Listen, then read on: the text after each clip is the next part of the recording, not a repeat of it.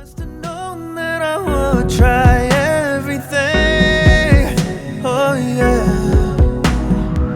I'm flexible, doesn't mean you. Hey, what's going on? My name's Justin, and you're checking out a video from Modern Mixing.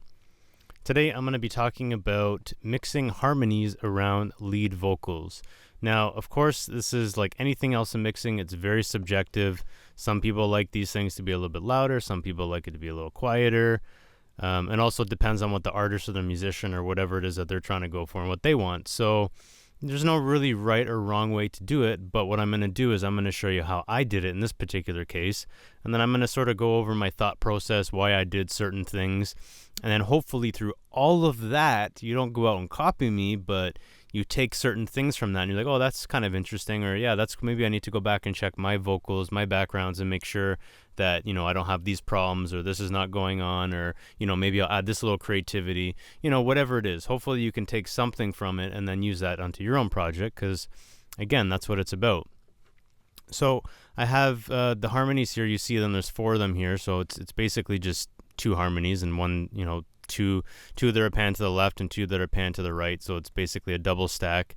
And I believe that they're both in the lower sort of register, but they definitely complement each other really well. So what I'll do is I'll play the bare harmony as far as like the stack, how the stack sounds together. And let's see what that sounds like. Everything, oh. Okay, so not too bad. So you'll notice, if you see on the left side, I actually didn't do any processing on the individual tracks themselves.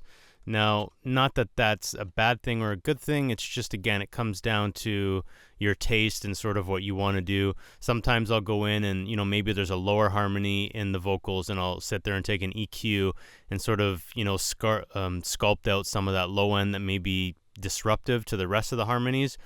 Or maybe there's a mid-range frequency that's sounding wrong, but it's only coming out through one of the harmony stacks, and I'll sit there and, try to massage it. But the main thing I try to do is try to blend the harmonies together and get a sound from them, and then sort of listen to it and see what's going on. If I'm starting to hear something wrong or annoying in one of the sounds, then I might go in and tweak it. But as far as these harmonies came out, I didn't think they sounded too bad together, so I didn't really feel like I needed to go in and individually do anything. So that's why I've got this aux channel set up here. So all of these harmonies, so 1, 2, 3, 4, they're all going into this channel here. So they're being bussed over here. And the first plugin I have is the Pro Q2. Again, shout out to Dan from the Pro Audiophiles for hooking me up with this thing. I've been using it a lot on my sessions lately. So thanks for that. But yeah, so what I'm doing is I'm just, taking out a bunch of the bottom end here. I have it set up to 73 hertz for the roll-off of the high-pass filter. And I'm also being very liberal with my mid-range sculpting here. It's around 440 hertz. There was just kind of like a honkiness going on in this area. So I'm going to solo this, and I'm going to show you what this is doing. Let's move this over a little bit. And first without, and then with. Everything, oh. Everything, oh. So they're definitely a lot cleaner now. You don't have that sort of build-up or that honkiness in that lower mid-range. Next, I have the little Microshift, and I know everybody probably wants to hear it with the rest of the track, so just be patient with me. Let me kind of go through everything, explain everything, and then I'll do a before and after with the track. So yeah, I have the little Microshift, and this is a harmonizer where it kind of doubles the track, and then it pans one to the left and one to the right, and kind of adds this phasing and flanging and all these kind of cool, interesting, weird warping effects going on. And I like the way that this thing sounded. Unfortunately, this plugin isn't available anymore, but there's a lot of other plugins that would simulate something similar to this. The Waves Doubler comes to mind right away. Also, they do, Sound Toys has a full version of this plugin if you want to grab that. So anyways, check that out. But again, this is really just making them a little bit phasey and flangy and kind of warp from left to right.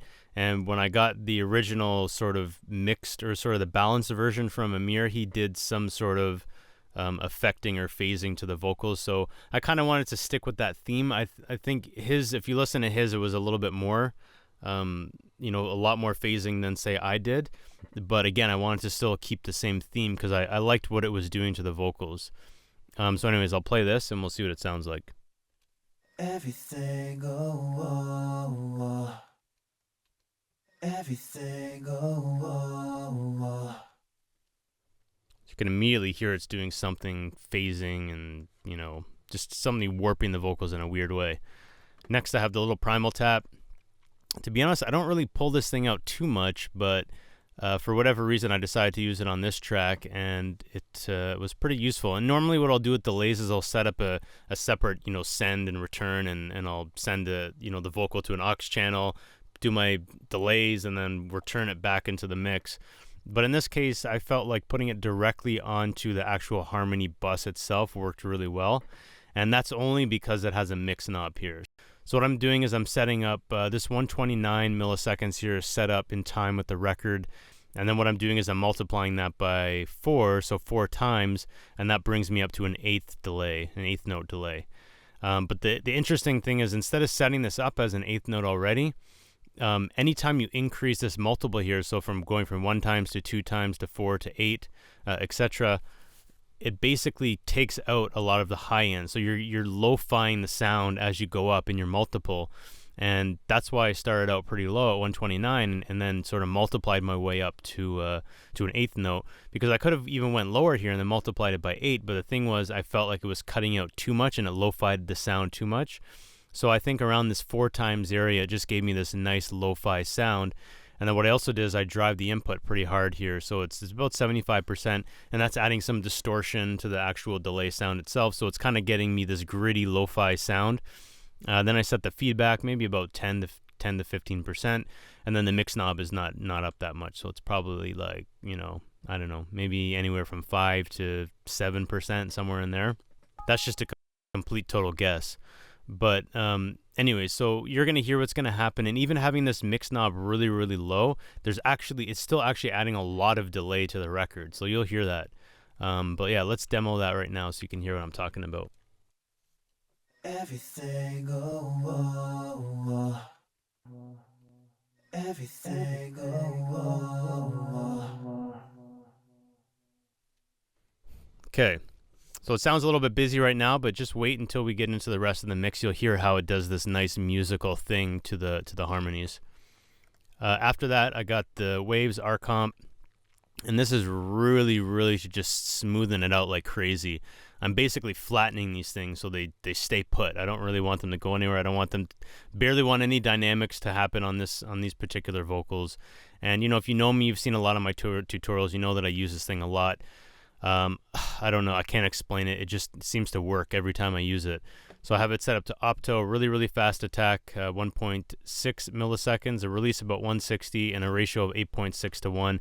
And I'm crushing this thing. I'm getting probably about 6 dBs of gain reduction.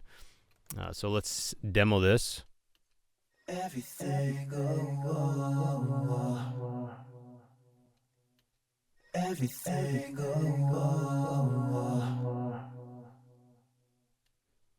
So you can hear it's doing actually quite a bit to the sound here. Not only is it leveling it out and flattening it out and making it a little bit easier to listen to and place in the mix, but it's also bringing up a lot of different things. So for instance, the delays, it's bringing up a lot of those notes, especially the feedback notes, and also the tails of the phrases of the words that he's saying.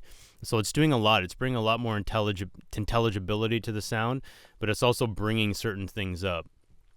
So anyways, I thought that worked really well. So now what I'll do is I'll turn everything off, and then I will play the harmonies with the track, and then I'll turn everything on, and then you'll hear the difference. So let's check that out now. Try everything, oh yeah. I'm flexible, doesn't mean you make me bend. Oh, I'm on my way, yeah. So yeah, that's it. Again, if you know me, you've been following me long enough, I try not to complicate things. I like to keep things as simple as I possibly can. Even though I'm adding 4 plugins here, it seems like a lot. you know, keep in mind, every plugin has its purpose. It's doing its own little individual thing. So we got the EQ here, cleaning it up a little bit. It's taking out some of that low mid-range honk. We got the little Microshift here. It's making it phasey. It's, you know, widening it out, making it more stereo and flanging, and giving it a flanging type of effect to it. Then we got the little Primal Tap here. This is giving me that delay and that lo-fi, gritty sort of delay sound. And then the compressor, just to kind of keep everything in check and really, really crush those peaks so that it sits a little bit steadier in the mix. So again, that's it. It's really, really simple. This is one way to approach your harmonies. You know, there's many, many different ways to approach harmonies, but in this case, for this record, this is how I did it. And that's it. So I will see you on the next video. Take care. You must have known that I would try everything. Oh yeah, I'm flexible.